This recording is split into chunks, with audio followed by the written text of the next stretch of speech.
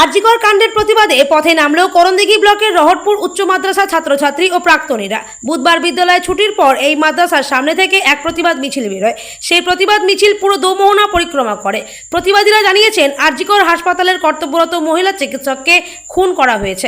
হাসপাতালের মতো সেফ স্থানে একজন মহিলা চিকিৎসক খুন হয়ে গেলেন। সেই ন্যক্কারজনক ঘটনাতে দোষীদের অবিলম্বে গ্রেপ্তার করে দৃষ্টান্তমূলক শাস্তি দিতে হবে। অবিলম্বে মানুষের নিরাপত্তা সুনিশ্চিত করতে হবে। মেডিকেল কলেজে একজন মেয়েকে ধর্ষণ করে মেরে ফেলা হয়েছে, তার আমরা বিচার চাই। আজকে তোমাদের মিছিল করা হলো, তোমরা আজকে পথে নেমেছো, এখন তোমরা কি চাইছো? আমরা বিচার চাইছি। আজকে কাদের পক্ষ থেকে মিছিলটা করো, তোমরা কারা? আমরা নারী, আমরা মেয়ে। আজকে তোমাদের কোন দায়িত্ব। এটা কোন মাদ্রাসার ছাত্রী তোমরা? রাজপুর হাই মাদ্রাসা। আরেকজন তোমাদের কি চাইছো তোমরা? আমরা বিচার চাই। কিসের জন্য, কিসের বিচার? আমার নারীর বিচার চাই। দিনের পর দিন অশ্লীলতা হচ্ছে, রাতের পর দিন কোনো বিচার হচ্ছে না। আজকে তোমাদের কোন কোন এলাকায় তোমাদের মিছিল হলো? আমাদের রাহাটপুর হাই মাদ্রাসা থেকে শুরু করে ওই তাল পাম্পা থেকে শুরু করে ওইদিকে কোচিং সেন্টার থেকে শুরু করে আমাদের বিচার চাই। এখন তোমরা আর কি চাইছো? আমরা প্রতিবাদ করতে চাই, আমরা বিচার করতে চাই, অপরাধীদের শাস্তি দিতে চাই, কঠোরভাবে শাস্তি দিতে চাই। প্রশাসনকে তোমরা কি বার্তা দিতে চাইছো এখন? আমরা বার্তা দিতে চাইছি যে এরকম অন্যায় করার আগে 10 বার ভাববে। কেন করবে এই অন্যায়? প্রত্যেকটা বাড়িতে নারী আছে, মা বোন আছে, তাদের কি হবে? আমরা রাস্তায় একা একা বেরোই, আমাদের কি হবে? আমাদের হেফাজত দরকার।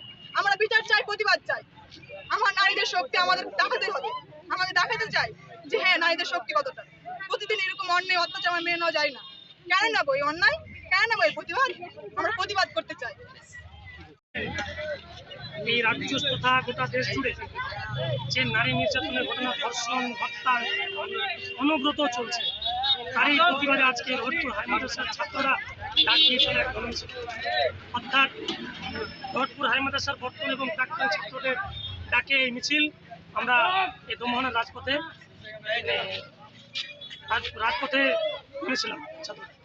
তোমরা এখন কি চাইছো প্রশাসনের কাছে? আমরা চাই শুধু এই কলকাতা আরজি করে ঘটনা নয়, গোটা দেশ জুড়ে যেখানেই ধর্ষণ হোক না কেন, সেই ধর্ষকদের ফাঁসির দাবি চাই। কারণ এই ফাঁসির দাবি না হলে, ফাঁসির আইন না হলে দেশে এই ধর্ষণের মতো এই অনাচারগুলি দিনের দিন ক্রমাগত বেড়ে চলেছে এবং সেটা আগামী দিনেও বেড়ে চলবে। তাদেরকে ফাঁসি না দিয়ে, কোনো শাস্তি না দিয়ে প্রকাশ্য দিবালোকে তারা ঘুরে বেড়াচ্ছে।